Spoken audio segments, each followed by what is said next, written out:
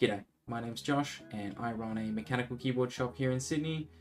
Let me show you some of the sales analytics for the year of 2023. The first graph we're going to have a look at is expenses by category.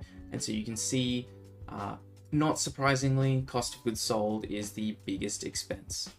This is me buying products and buying various items for the store.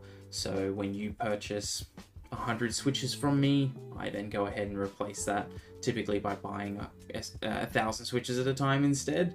But yeah, this is continuously me purchasing more and more product and going through that process.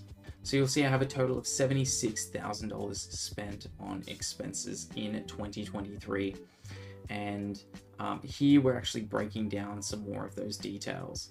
So to start out, we have cost of goods, and that's totaling almost $40,000. That's a pretty substantial amount. However, in 2023, I actually didn't spend as much on new items just because the business was a bit slower. Most of the time, I would be spending money on purchasing more stock. However, in this case, it's actually only half of my expenses.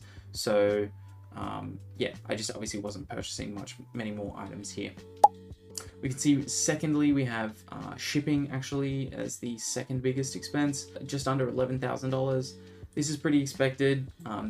Shipping obviously is pretty expensive to send those items across, especially when a lot of my customers are over in the US and Europe.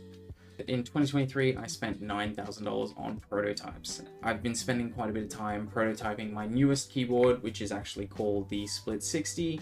It's a 60% split keyboard right down the middle. This is the polycarb version, although this is probably just going to be a prototype. I don't think the finished product will actually come in polycarb, and you can see the brass back weight on the end there.